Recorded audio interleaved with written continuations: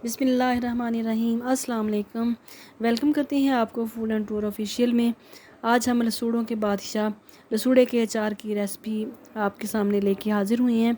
इंतहाई कम टाइम में बनने वाली ये रेसिपी है। आज की वीडियो में हम आपको टिप्स एंड ट्रिक्स बताएंगे कि वो कौन सी टिप्स हैं जिनको फॉलो करते हुए आप अच्छा बेहतरीन लसूड़े का अचार बना सकते हैं और इसके अंदर कौन से मसाला जात इस्तेमाल होते हैं।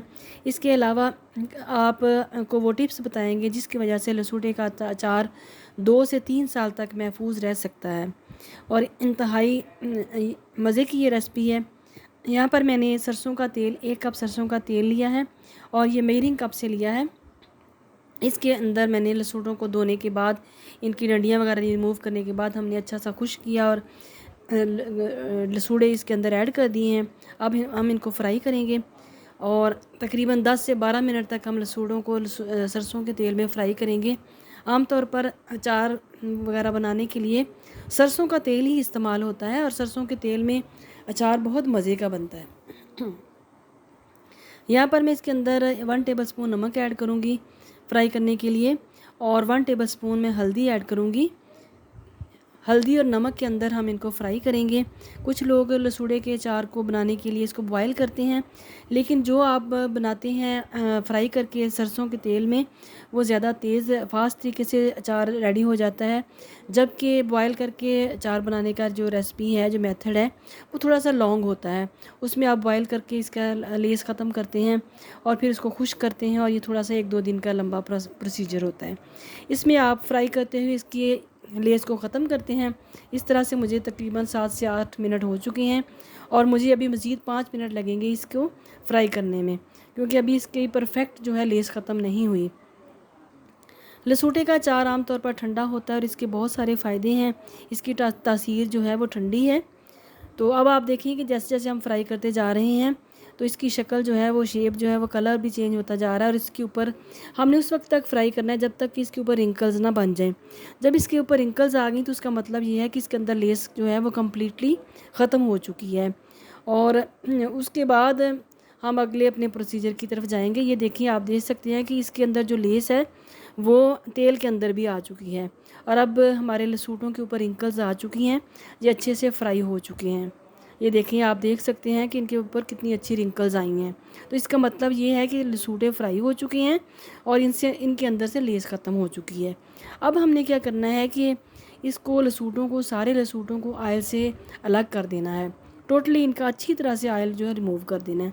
ये मसाला जात हैं जो लसूटे के अचार में यूज़ होते हैं। 1 टीस्पून कलौंजी, 1 टेबलस्पून जीरा, 1 टेबलस्पून मेथरे और 1 टेबलस्पून ही सौंफ है। इन मसालों को हमने अच्छा सा फ्राई कर लेना है किसी पैन के अंदर। 1 से 2 मिनट तक हमने इनको रोस्ट करना है ताकि इन मसालों की नमी वगैरह जो है वो ख़त्म हो जाए। या फिर आप ऐसे करें, जैसे आजकल के बहुत तेज़ धूप होती है तो धूप में इनको अच्छा सा खुश कर लें ताकि इनकी नमी वगैरह रिमूव हो जाए। तो इन मसालों को 1 से 2 मिनट तक रोस्ट करने के बाद हमने इनको किसी बर्तन में निकाल लेना है और उसके बाद इनको नॉर्मल टेम्परेचर पर आने के लिए टाइम देना थोड़ा सा। अब दूसरे मसाला जाता है 1 टेबलस्पून चिली फ्लेक्स, 1 टेबलस्पून नमक, 1 टेबलस्पून सुरख लाल कश्मीरी मिर्च, 1 टेबलस्पून हल्दी और 10 से 12 कलियां लहसुन की। ये वाले मसाला जात, यानी कि इसके उन मसालों के अलावा ये मसाला जात जो हैं वो लसूड़े के अचार में यूज़ होंगे।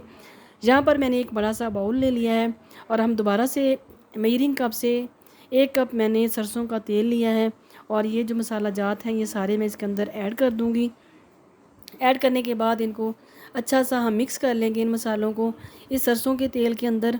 सरसों के तेल के अंदर बनाए जाने वाला जो अचार होता है वो बहुत मज़ेदार होता है और ये वैसे भी हमारा एक रवायती तरीका है, नानियों दादियों से चलता हुआ एक रवायती तरीका है जिसमें वो सरसों के तेल में अचार बनाती थी। और इसके अलावा जो हमने मसाले रोस्ट किए थे वो भी ऐड कर देंगे और अच्छा सा इनको आप तेल को और इन मसाला जात को मिक्स कर देंगे। जैसे मैंने मसाले ऐड किए तो बहुत मज़े की खुशबू आ रही है अचार की। अब जो हमने लसूटे निकाले थे अचार से, तेल से सॉरी, वो इस मसाले के अंदर ऐड कर देंगे। ये सारे लसूटे 1 बाय 1 मैंने इसके अंदर ऐड कर दिए हैं और फिर उसके बाद अच्छा सा मिक्स कर लेना है और इतनी अच्छी हमने मिक्सिंग करनी है कि ये मसाले और अचार की कोटिंग इन लसूटों के ऊपर अच्छी सी हो जाए। इस तरह से चम्मच की मदद से इनको अच्छी सी कोटिंग हो जाए। ये इंतहाई क्विक रेसिपी है। इस तरीके से बनाया जाने वाला अचार इंतहाई कम टाइम में और जल्द खाने के काबिल हो जाता है और 2 से 3 दिन में ये अचार आपका जो है खाने के लिए रेडी है। ये देखिए मसाला जात अच्छी तरह से मिक्स हो चुके हैं और अब हमने इनको किसी भी जार के अंदर, मिट्टी के बर्तन के अंदर या शीशे के जार के या प्लास्टिक के जार के अंदर, जो अंदर से बर्तन खुश्क हो उसके अंदर ऐड कर देना है। यहाँ पर मेरे पास एक शीशे का जार है, ये अचार मैं उसके अंदर ऐड कर दूँगी। ये देखिए, आप देख सकते हैं कि हमारा अचार जो है बहुत मज़े का रेडी हो चुका है और इसकी धुआंधार खुशबू आ रही है। तो अब इस बर्तन के अंदर इसको ऐड कर देंगे और इसके बाद सारा अचार डालने के बाद जिस अचार के अंदर हमने जिस तेल के अंदर हमने अचार को, लसूड़ों को रोस्ट किया था, सारा अचार ऐड करने के बाद वो तेल भी हमने इसके अंदर ऐड कर देना है। उसके बाद हमने देखना है कि हमारा अचार जो है ये सरसों के तेल के अंदर डीप होना चाहिए। अगर आपका अचार सरसों के तेल के अंदर डीप नहीं है तो आप थोड़ा सा सरसों का तेल और ऐड कर दें, क्योंकि अगर आप अचार को सरसों के तेल के अंदर डीप नहीं करते तो चंद दिनों के बाद उसके ऊपर वाइट कलर की फफूंदी आ जाती है जो कि अचार के टेस्ट को ख़राब कर देती है। तो अचार को सही रहने के लिए इसको सरसों के तेल के अंदर डीप होना ज़रूरी है। तो ये हमारा अचार जो है मज़े का रेडी हो चुका है। 2 से 3 दिन के बाद आप इसको यूज़ कर सकते हैं।